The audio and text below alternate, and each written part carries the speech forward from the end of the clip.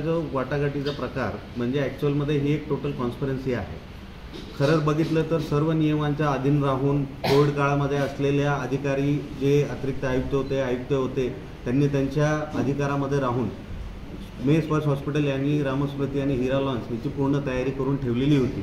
परंतु ज्या काळामध्ये कोरोनाचे पेशंट कमी झाले त्याच्यामुळे बाकीच्याही सेंटरला कमी प्रमाणात पेशंट पाठवण्यात आले आणि त्यामुळे स्पर्श हॉस्पिटलच्या ह्या दोन्ही संस्थेत कुठलाही पेशंट पाठवता आला नाही. कारण पेशंट पाठवण्याची जबाबदारी ही महानगरपालिकेची होती, ना की स्पर्श हॉस्पिटलची. परंतु EY प्रमाणे जे काही नियम व अटी होत्या त्या नियम व अटीमध्ये 90 दिवसाचे बिल अदायगी करण्याचं काम महानगरपालिकेनं मान्य केलं होतं. त्या अनुषंगाने 90 दिवसाचे बिल आम्ही महानगरपालिकेकडे सबमिट केले होते. त्यावरती माननीय अतिरिक्त आयुक्त यांनी लवाद नेमून त्यामध्ये लेखापाल, कायदे सल्लागार, वैद्यकीय अधिकारी, अतिरिक्त आयुक्त या 4 जणांच्या टीमने येऊन आमच्या इथे व्हिजिट करून त्या व्हिजिटमध्ये सगळ्या काही गोष्टींचा शहानिशा करून त्याबद्दलचं प्रस्ताव आयुक्तासमोर मांडल्यानंतर त्याच्याबद्दल आयुक्तांनी आम्हाला त्या प्रस्तावाच्या अनुषंगाने आदेश दिले की ह्यांना ही पेमेंट स्थायी समितीसमोर मान्यता घेऊन करण्यात यावी आणि त्या अनुसारच आम्हाला ती पेमेंट प्राप्त झालेली आहे.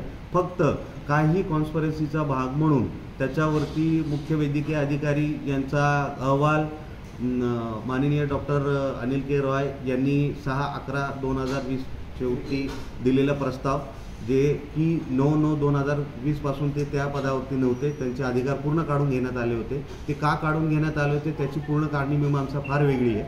त्याच गोष्टीबद्दल मनात हेतुपुरस्पर असा काही राग ठेवून त्या पद्धतीने जेव्हा 6/11/2020 रोजी स्पर्श हॉस्पिटलने बिलं सबमिट केली, उच्च न्यायालयाने 4 जानेवारी 2024 रोजी एक ऑर्डर पास करत असे सांगण्यात आले आहे की मे स्पर्श हॉस्पिटल या संस्थेस हिरा व रामस्मृती लॉन्स या संस्थेला जे एक्सेस पेमेंट ओव्हर पेमेंट केले त्या पेमेंटची अमाऊंट ही डिस्प्युटेड आहे, ती वजा करून उरलेले अमाऊंट हे महापालिकेने त्यांना देण्यात यावे आणि हे गरजेचे आहे असे ऑर्डर पास केले. आणि जी डिस्प्युटेड अमाऊंट आहे, ओव्हर एक्सेस अमाऊंट जी स्पर्श हॉस्पिटलला प्राप्त झाली त्याच्याबद्दल उच्च न्यायालयाने स्वतंत्र याचिका महानगरपालिकेविरुद्ध दाखल करावी व खटला चालू ठेवावा.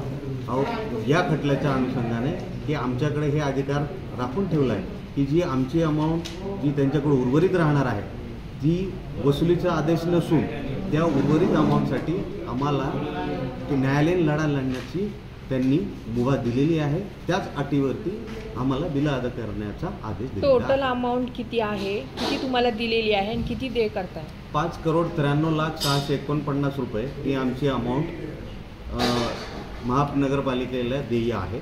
त्यापैकी ओव्हर एक्सेस अमाऊंट जी आहे 3,29,04,10 ती त्यांच्याकडे राखून ठेवण्यात आली आहे आणि उरलेली अमाऊंट जी 2 करोड समथिंग काही जी निघते ती आम्हाला देण्याचा आदेश मुंबई उच्च न्यायालयाने दिला आहे. आणि ती राखून ठेवण्यात आलेली जी अमाऊंट आहे 3,19,02,41 त्या संदर्भात नवीन खटला महानगरपालिकेविरुद्ध चालवावा असे आदेश आम्हाला मुंबई उच्च न्यायालयाने दिले आहेत. 3,14,00,000 रुपयाचा वाटाघाटीचा जो काही प्रकार समोर येतो तो 6/11/2020 रोजी हा प्रस्ताव अनिल रॉय यांनी मुख्य लिपिक गैरहजर असताना हनुमंत ढोरे या लिपिकाकडून सही करून घेऊन त्यांनी तो सबमिट केलेला आहे. म्हणजे हे कुठंतरी कॉन्स्पिरन्सीचं ह्याच्यामध्ये संशयाची सुई बळावते आणि ह्याच कॉन्फरन्सीवरतीच पूर्ण सगळं काही रामायण महाभारत हे रंगवण्यात आले. तुम्ही आता जसं म्हणला हेतू परस्पर ह्याच्यामध्ये जे अनिल रॉय असतील किंवा ढोरे असतील ज्यांनी जे हेतू परस्पर केले त्यात तुम्हाला कुठं असं वाटतं की त्यांच्या मागं कोणीतरी मोठी शक्ती आहे किंवा काय आहे? कसं आहे, तुमचा कोणी प्रतिस्पर्धी यावेळेस होता का? म्हणजे कसं आहे, प्रत्येक EY महानगरपालिकेमध्ये बरेच ठेकेदार असतात, बरेच ठेकेदारांचे त्यांच्यावरचे हात असतात, बरेच ठेकेदारांच्या मागे. कारण हे मी आज का बोलू शकतो, जेव्हा आम्ही ह्यामध्ये एंट्री घेतली त्यावेळेला आम्हाला ह्या सगळ्या गोष्टीचा खुलासा झाला. त्यामुळे इथे निविदा प्रक्रिया राबवताना जे काही संबंधित ठेकेदार असतात त्यांच्यामागे पाठपुरावा करणारे बरीच मोठी शक्ती आहेत.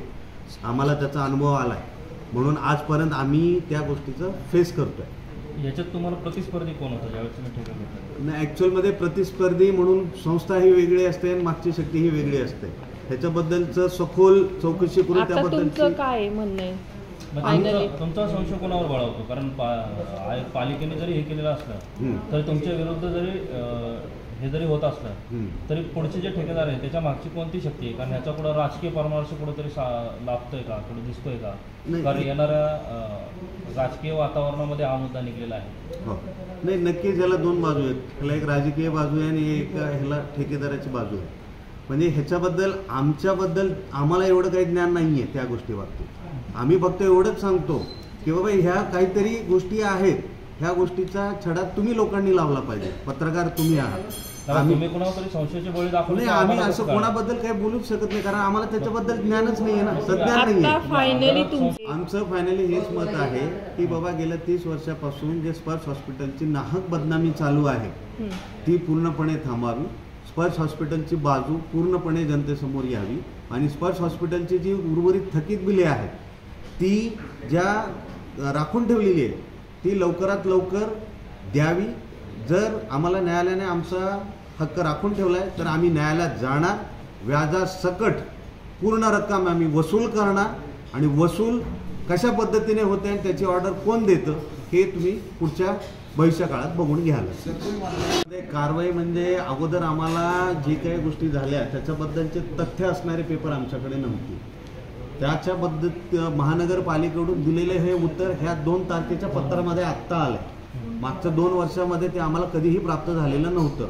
म्हणून कुठलीही गोष्ट पुढे मांडण्यासाठी काहीतरी गोष्ट लागते, पुरावा लागतो. डॉक्टर तो साहेब, आम्हाला प्राप्त झाला तुमचं नाही. बोलणं- एक मिनिट तुमचं कारवाई बोलणं- म्हणजे हे न्यायालयामध्येच जाणार आम्ही. उच्च न्यायालयामध्ये ह्याच्याबद्दल दाद मागणार आणि पैसे मागणीचं हे करणार आणि त्याच्यामध्ये ज्या ज्या काही गोष्टी उच्च न्यायालय करेल त्या पद्धतीने ती गोष्ट होणार पुढे. डॉक्टर साहेब, तुम्ही काहीतरी म्हणजे बोलण्याचं तुमचं असं जाण होतं की काहीतरी लपवलं जातं, त्याच्यामुळे ह्या गोष्टीच्या मागे जे आहे तुम्ही जे पाहिलं ते याचिका सुनील कांबळे नक्की आहेत कोण की त्यांनी याचिका तुमच्यावर का दाखल केली? आणि ॲक्च्युअलमध्ये कसं आहे, समाजामध्ये कुठलंही पिटिशन दाखल होतं त्या पिटिशन हा संबंधित त्या म्हणजे प्रांतापुरता जे लोक टॅक्स भरतात त्यांना हा न्यायालयाने दिलेला एक हक्क आहे की कुठल्याही पिटिशनबद्दल तुम्हाला जर सांसदता वाटत असेल तर ते त्याच्याबद्दल तुम्ही न्यायालयामध्ये PIL दाखल करू शकता. म्हणजे सुनील कांबळेच काय की ह्याच्या व्यतिरिक्त बऱ्याच लोकांनी ती PIL दाखल करू शकले असते, पण सुनील कांबळे यांनी ती याचिका का दाखल केली की त्यांना ह्याच्याबद्दल काहीतरी सांसदता वाटली असेल म्हणून त्यांनी दाखल केली असेल.